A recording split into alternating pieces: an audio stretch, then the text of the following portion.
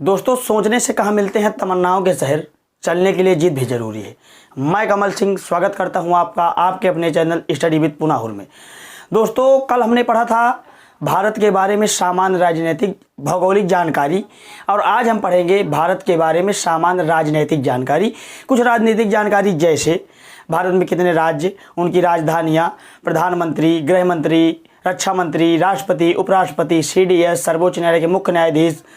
तो चलिए शुरू करते हैं दोस्तों। सबसे पहले हम पढ़ेंगे राज्य तथा उनकी राजधानियाँ। मैं आपको बता दूं कि वर्तमान में भारत में 28 राज्य और 8 केंद्र शासित प्रदेश हैं जो निम्नलिखित हैं।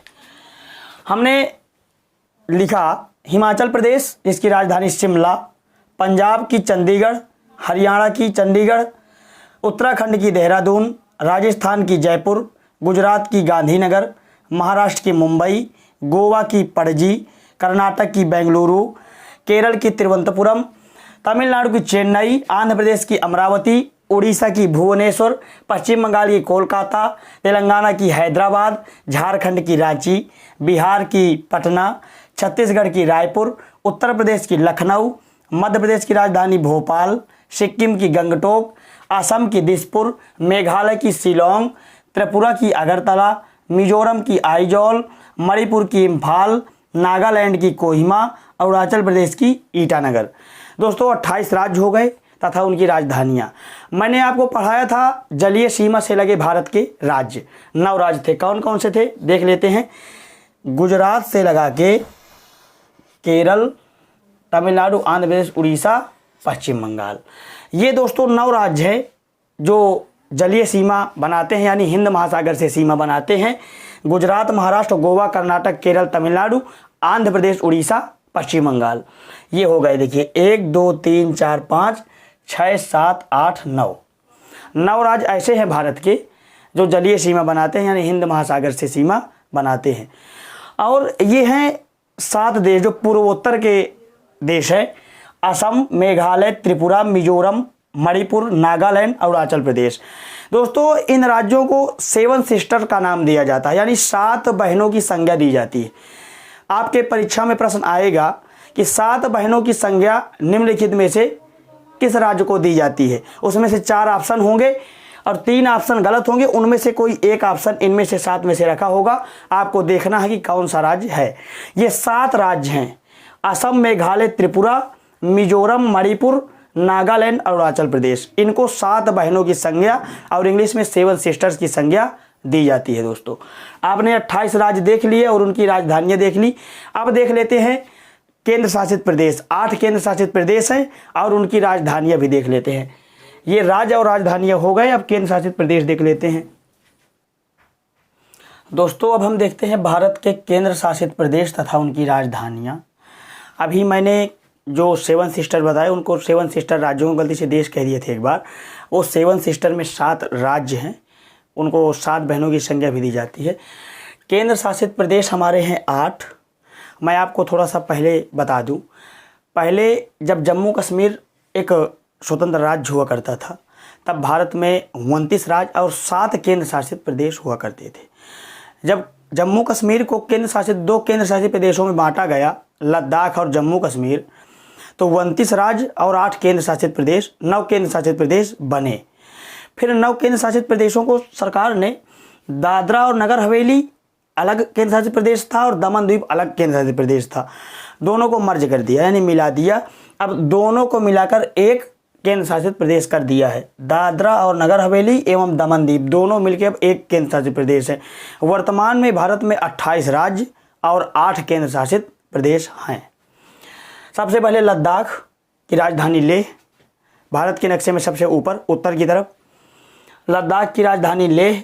फिर है श्रीनगर, जम्मू कश्मीर की राजधानी श्रीनगर।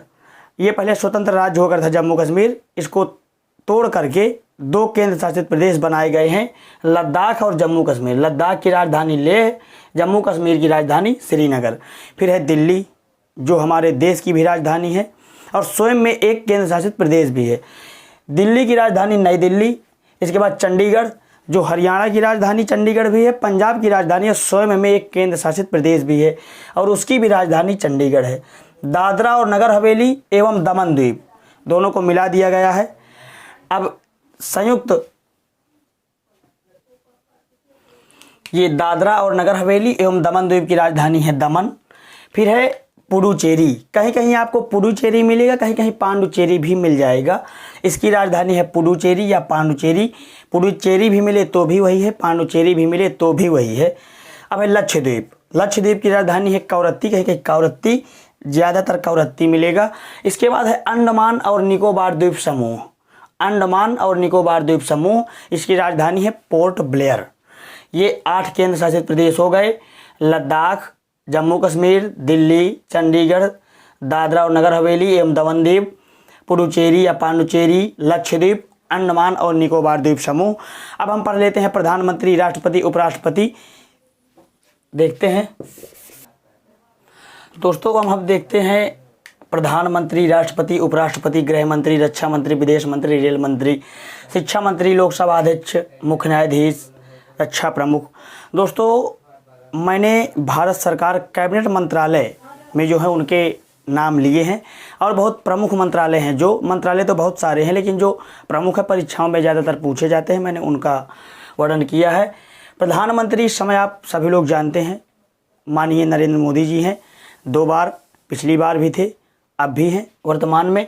राष्ट्रपति द्रौपदी मुर्मू जी हैं, अभी बनी हैं, देश की दूसरी महिला राष्ट्रपति तथा प्रथम आदिवासी महिला राष्ट्रपति बनी हैं।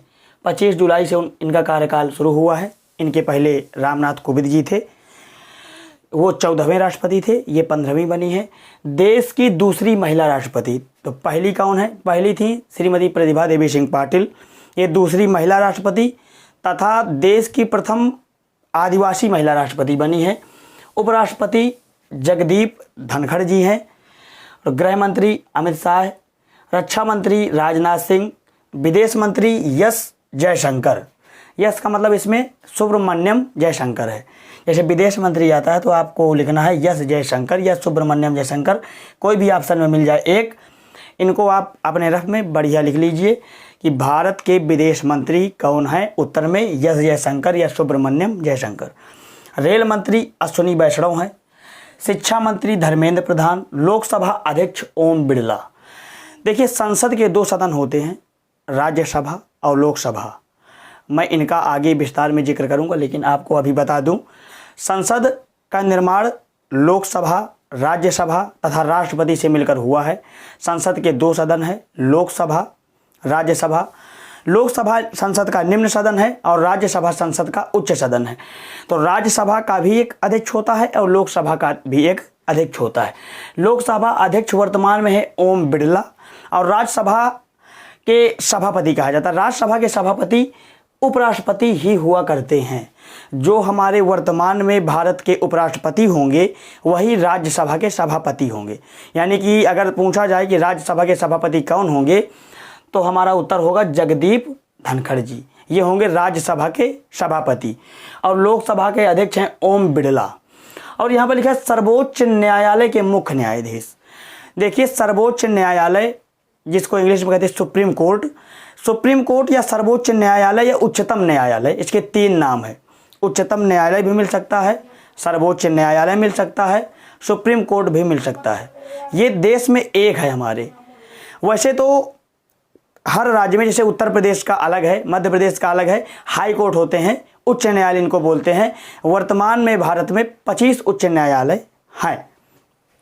25 उच्च न्यायालय, उनके भी न्यायाधीश होंगे, मुख्य न्यायाधीश होंगे। लेकिन जो देश का एक मुख्य न्यायाधीश है यूयू ललित, ये सर्वोच्च न्यायालय के हैं। सर्वोच्च न्याय हमारे देश की सबसे बड़ी न्यायालय है। सर्वोच्च न्यायालय मिले, सुप्रीम कोर्ट मिले, उच्चतम न्यायालय मिले, ये देश में एक है। भारत देश में एक है, देश में एक होती है। इसके मुख्य न्यायाधीश है यूयू ललित। यूयू का मतलब है उदय उमेश ललित, उदय उमेश ललित। सीडीएस रक्षा प्रमुख, CDS chief defence of staff, chief of defence staff यानी रक्षा प्रमुख। पहले रक्षा प्रमुख राष्ट्रपति हुआ करते, तीनों सेनाओं के प्रमुख राष्ट्रपति हुआ करते थे। लेकिन ये 2-3 साल पहले एक पद बनाया गया है रक्षा प्रमुख का। देश के पहले चीफ ऑफ डिफेंस स्टाफ थे बिपिन रावत जी, इनका पिछले साल एक वायुयान हादसे में उनकी मृत्यु हो गई है, निधन हो गया है। अब बनाए गए हैं वर्तमान में देश के CDS या रक्षा प्रमुख हैं अनिल चौहान। सबसे पहले थे, जब भारत में इस पद का सृजन हुआ था तो सबसे पहले रक्षा प्रमुख बनाए गए थे बिपिन रावत साहब, जिनका पिछले वर्ष एक वायुयान हादसे में निधन हो गया है। आज हमने पढ़ लिया भारत के बारे में सामान्य राजनीतिक जानकारी, ये सब चीज़ें आपने पढ़ा। अब हम कल भी राजनीतिक जानकारी पढ़ेंगे। अगर वीडियो अच्छा लगा हो तो वीडियो को लाइक करें, चैनल को सब्सक्राइब करें और अपने दोस्तों को शेयर करें। मिलते हैं कल अगले वीडियो में, तब तक के लिए जय हिंद।